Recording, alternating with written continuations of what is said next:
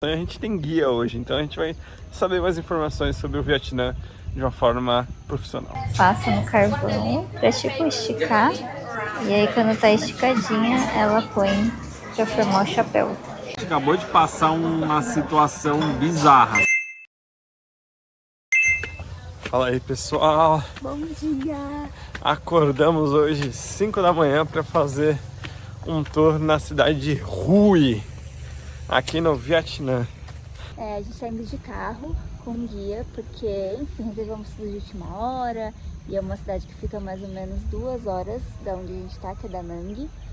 Então pegamos um carro, tá levando a gente lá, que a gente vai fazer um tour com um grupo. A gente tem guia hoje, então a gente vai saber mais informações sobre o Vietnã de uma forma profissional. E tem uma rua aqui chamada Hai Van Pass. Não é uma rua, é uma estrada que sobe pela montanha e aí tem vistas cênicas pra praia. Um pouquinho do que a gente vê no Brasil quando a gente viaja aí pra praia, né? Sobe da serra. Infelizmente não vai ser possível apreciar a vista aqui, porque hoje está bem nublado. É muito cedo ainda, acho que nem deu tempo do dia abrir.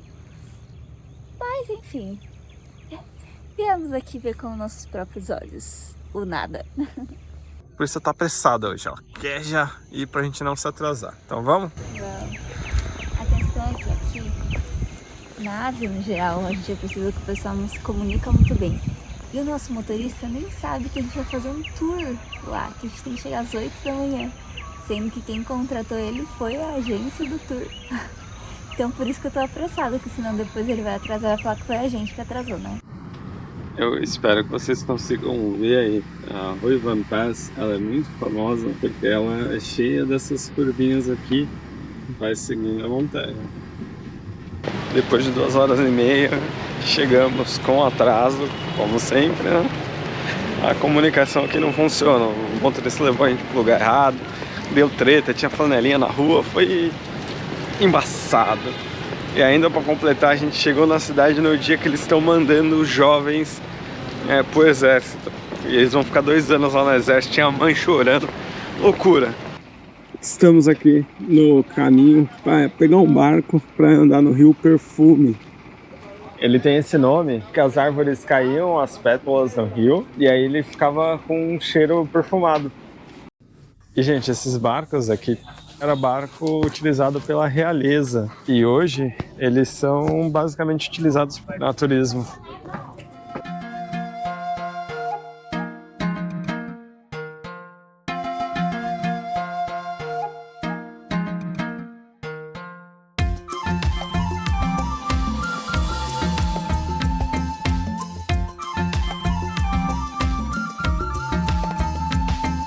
Eles são bem bonitinhos, né? Pintadinho. Sim, bem legal. Tem olhos, ó, os dragões. Olhos de metal. O primeiro lugar que a gente vai visitar é o templo budista Tien Mun, que foi construído lá nos anos de 1600 e teve uma importância histórica grande aqui pro Vietnã, porque teve uma época que o budismo era proibido. E aí, claro, que houveram revoltas contra isso, e aqui era um local onde eles se reuniam, né, os budistas, para lutar contra essa repressão.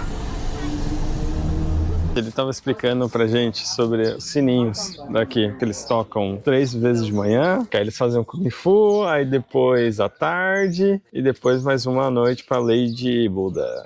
A parte do Kung Fu não é uma luta, né, que a gente conhece popularmente, mas sim a parte de meditação. O sino do fim do dia é para não só para avisar sobre os horários, mas também para que as pessoas se desprendam de todas aquelas atividades mundanas que elas fizeram durante todo o dia e voltem para dentro de si, né? Voltem a se espiritualizar.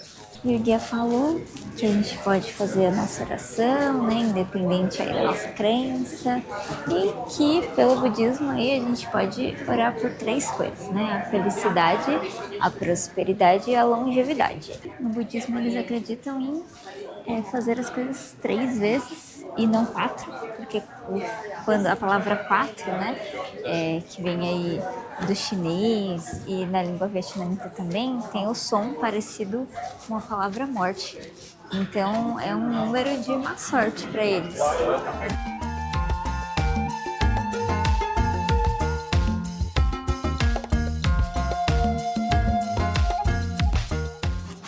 E essas flores amarelas, elas representam prosperidade e tem um fato muito interessante. Eles têm o feriado do Tet, que é o ano novo, é o início da primavera. E se essas flores florescem um dia antes do feriado, eles consideram que vai ser um ano de muita prosperidade, um ano maravilhoso. Se floresce muito cedo, eles entendem que vai ser um ano um pouquinho mais difícil, mas ainda assim, com o trabalho duro, a prosperidade chega. E se floresce depois, aí é um problema. Então, eles torcem para que sempre floresça um dia antes. E esse feriado, ele muda, né? Porque ele é de acordo com o calendário lunar. Cada ano é um dia diferente. Depois de alguns 10 minutinhos, a gente chegou aqui na cidade imperial. E é bem bonitinho e o clima hoje traz aquela atmosfera meio do período feudal, sabe? Né? Daquela antiguidade. Primeira cidade imperial que eu tô visitando na minha vida.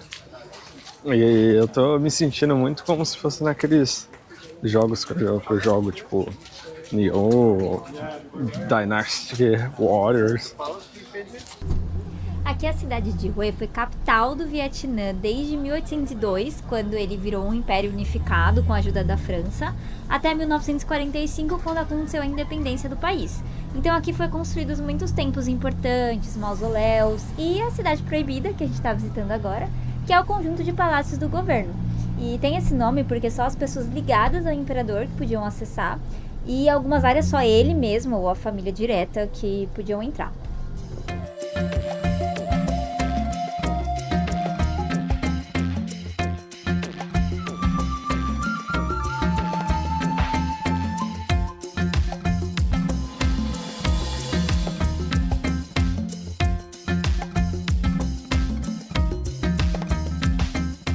Aqui é um poema e do lado é a pintura que representa esse poema. E é isso tradicionalmente aqui do Vietnã.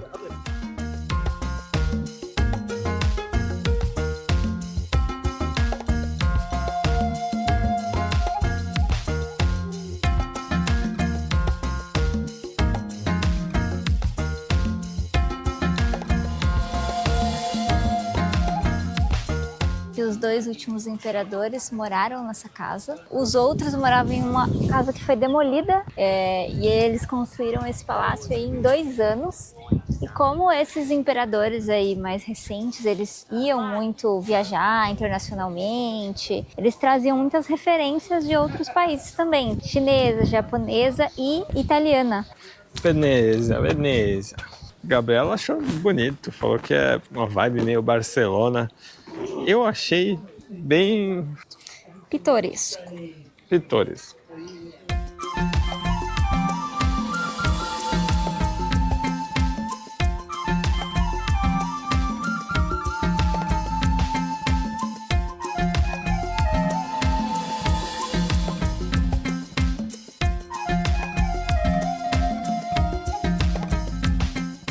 Muito corrido esse tour. Queria aproveitar mais o palácio. Aí tem que pegar um tour só para vir só nesse lugar e ficar o dia inteiro. Não é o jeito que a gente gosta de fazer, mas eu estou gostando pelo menos do lado histórico que a gente está aprendendo que a gente não teria sozinho. Mas realmente é bem corridão, bem vai, faz, vai. Chegamos no Rui Market agora. E aí, quer comer um camarãozinho no molho ali, ó? Nossa, é muito comum que as pessoas venham pra cá pra comprar esse tipo de molho. Mas olha os camarão seco, lula seca, vende joia em frente à lula. É uma bagunça organizada aqui. Que aqui vocês têm que negociar, têm que pagar de louco, fingir que vai embora pra eles te darem o desconto. Olha o bambu. E o bambu?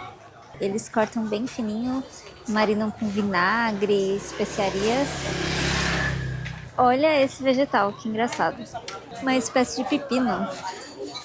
Olha o arroz, macarrão de arroz, Já gente. tá com uvas, né? As feiras aqui funcionam mais ou menos igual do Brasil. Então se você vem cedo, você pega as coisas mais frescas. Vai mais tarde, pega, né, igual lá no Brasil. O guia tava falando que começa às 3 da manhã. E aí um bom vietnamita vai na feira às 6 da manhã. Cada bloquinho tem um setor, né, Gabriela? Aqui é de grãos, especiarias. A gente acabou de passar pelo de comida também, comida pronta, né? Restaurantezinhos assim. Eles acreditam que a lua cheia é um portal entre os vivos e os mortos. Então eles colocam as oferendas lá no altar, justamente para os ancestrais, para alimentá-los, para mandar dinheiro. Então eles colocam essas oferendas e depois queimam, porque eles acreditam que quando eles queimam, isso vai pro pessoal que já foi dessa com uma melhor. Uma melhor mesmo, porque eles estão lá, ó. Se seguir essa lógica, eles estão lá só curtindo com as oferendas que o pessoal manda daqui, né? E aí ele comenta também que às vezes as pessoas têm um sonho, tipo, eu sonho com meu avô que faleceu e ele tá pedindo que ele quer um carro. Aí eu vou lá e boto o dinheirinho falso lá no altar, depois queimo e esse dinheiro vai lá pra ele comprar o carrinho dele. Viemos aqui na fábrica de incensos e de chapéus. Acabamos de fazer o nosso próprio incenso e aí ele demora 3 dias pra secar. A gente não vai levar o nosso, né? Foi só pra fazer mesmo. Mas pode comprar aqui incenso, é 100 mil um pacote, que dá R$25. E aí ela pega essa palha, passa no carvão pra tipo esticar. E aí quando tá esticadinha, ela põe pra formar o chapéu. E aí põe palha, um papel por cima e palha. Ela diz que ela consegue fazer 2 chapéus por dia. Um plástico em cima para não estragar quando chover. Ela põe papel cortadinho dentro, formando um cenário. Felipe vai fazer um incenso dele agora. Okay, left hand you pull it out and right hand you rolling gently up and down. Yeah, I tell you. Okay, do it.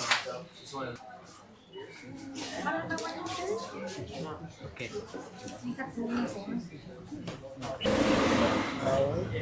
Okay, cut it. And rolling again. Put powder.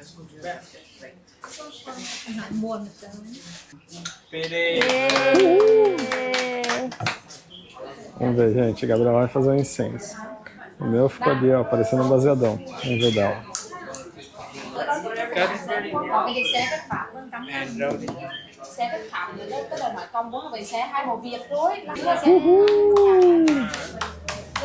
Chegamos no templo Takandit. Você inventou esse nome? Não, tá ali escrito. Tumba do Imperador.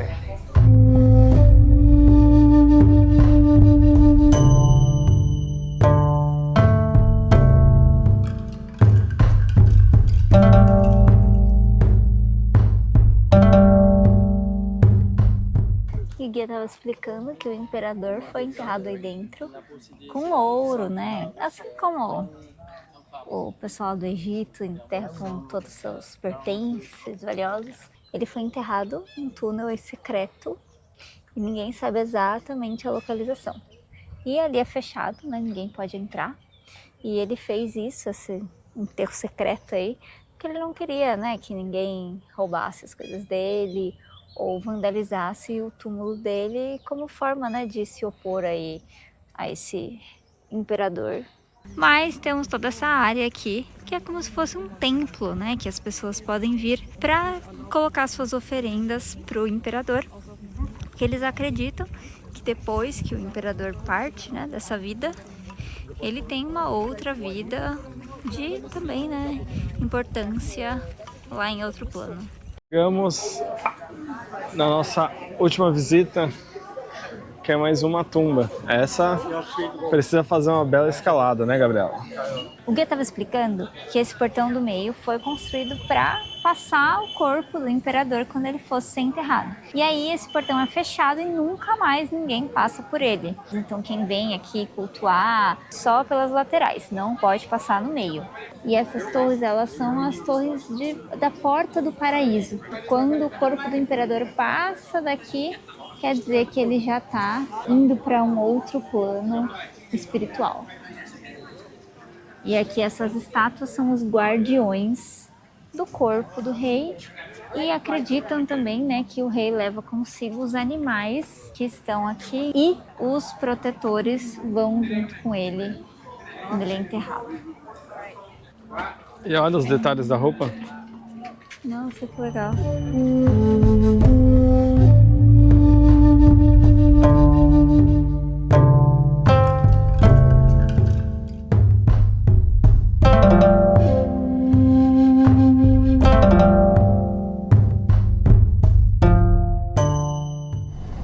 É um dragão, o corrimão, a divisória, dos dois lados.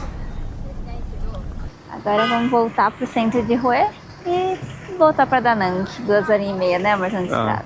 Nosso tour chegou ao fim, foi um dia corrido, fomos pra muito lugar e o tour era corrido também, mas deu para aproveitar nosso primeiro contato, assim, né, com cidades antigas asiáticas. Mas achei muito interessante, apesar de ser algo reconstruído, né, porque infelizmente a guerra destruiu muita coisa. E como sempre, conhecemos pessoas muito legais no nosso tour. Era praticamente todo mundo velhinho, né? Mas a gente conheceu um casal de velhinhos que já viajou, nossa, o vida inteiro, até o Brasil eles já foram. E aí eles começaram a dar algumas dicas pra gente sobre a China, sobre lugares que eles gostaram de comer também no mundo. Foi legal. A gente tá num carro com um motorista que não fala inglês, então vai ser uma aventura, mas a gente tá feliz, assim. Eu acho que vale a pena fazer esse tipo de passeio, pelo menos eu recomendo. Só é corrida. Vale a pena ficar em Hue 2 dias para fazer um dia cidade imperial, mercado, almoçar, tudo com calma. E no outro dia fazer as tumbas, até porque tem mais de 2 tumbas. A gente foi nas 2 principais, mas tem outras também, tem outros pontos legais na cidade. A questão é que aqui precisa de carro, porque as coisas são um pouco longe uma da outra. Então foi meio que por isso que a gente acabou também vindo só um dia, porque ia ficar a logística muito complicada. Então vamos nessa, vamos voltar para a cidade. E se a gente não tiver novos conteúdos, a gente encerra por aqui, viu? A gente acabou de passar uma situação bizarra. A agência contratou um motorista. Ele não falava inglês. O guia falou com o motorista, aí a gente não sabia se era o motorista, se era o carro correto e deixou a gente lá com o cara. A gente perguntou pra ele, você sabe o endereço? Ele colocou no Google Tradutor lá, falando em vietnamita pra ele, sei o endereço, beleza. Aí ele pôs o endereço no GPS e tava dando, sei lá, 10 minutos. Aí ele falou, não, esse endereço tá errado, não é possível. Acho que ele tá pondo o endereço da saída da cidade pra encontrar como sai e a estrada ele já sabe ir. Aí chegou no ponto, onde deu os 8 minutos e ele parou. Aí ele foi arrumar o GPS de novo. Isso porque ele foi entrar numa ponte que não podia entrar, só podia entrar moto. Aí ele ficou preso no meio de um monte de motos, as motos não deixavam ele sair, não deixavam ele entrar. Aí beleza, ele conseguiu pôr o GPS até um outro ponto. Chegou nesse ponto, o GPS deu como se tivesse chego também e era no meio de um lugar do nada. Aí ele pegou e parou num posto de gasolina e falou pra gente, vai no banheiro, toalete. Ele falou, toalete, vai no toalete. E a gente sem entender nada. A gente foi no banheiro e quando a gente voltou, ele tava no telefone com uma pessoa que falava inglês e botou pra falar com a gente. E aí o Felipe falava o endereço e o cara não entendia, porque o endereço tá em vietnamita e a gente não sabe falar. O Felipe pegou o celular do cara, entrou no Google Maps, botou no GPS o endereço e botou pra rodar. E aí entramos no carro de novo, o carro saiu. Passou mais um tempo, o cara tava perdido. O Felipe tava com o GPS no celular dele também pra acompanhar. E chegou uma hora, o cara ia virar no lugar errado. E o Felipe, não é aqui, é aqui. E o cara olhou pra trás pra ver e tipo, fez, é aqui. O Felipe começou a guiar o cara. Aí o Felipe falou, para o carro. Aí a gente ficou, para. para o carro, para o carro. Aí o Felipe deu a volta, sentou do lado do motorista e foi guiando ele no caminho. Hoje de manhã, tava neblina pra cacete, chovendo, trânsito, e a gente demorou 2 horas e meia. Agora a gente demorou 4 horas pra chegar aqui. E o cara não falava uma palavra de inglês. Chegou aqui, a gente desceu do carro, ele desceu também. Ele falou, e agora? O que vai acontecer? Por que ele desceu do carro? Ele veio agradecer a gente, deu a mão. Ah, obrigada. Tô falando obrigada em questão, muito obrigada. Pra não falar que ele não sabia falar uma palavra, ele falou thank you.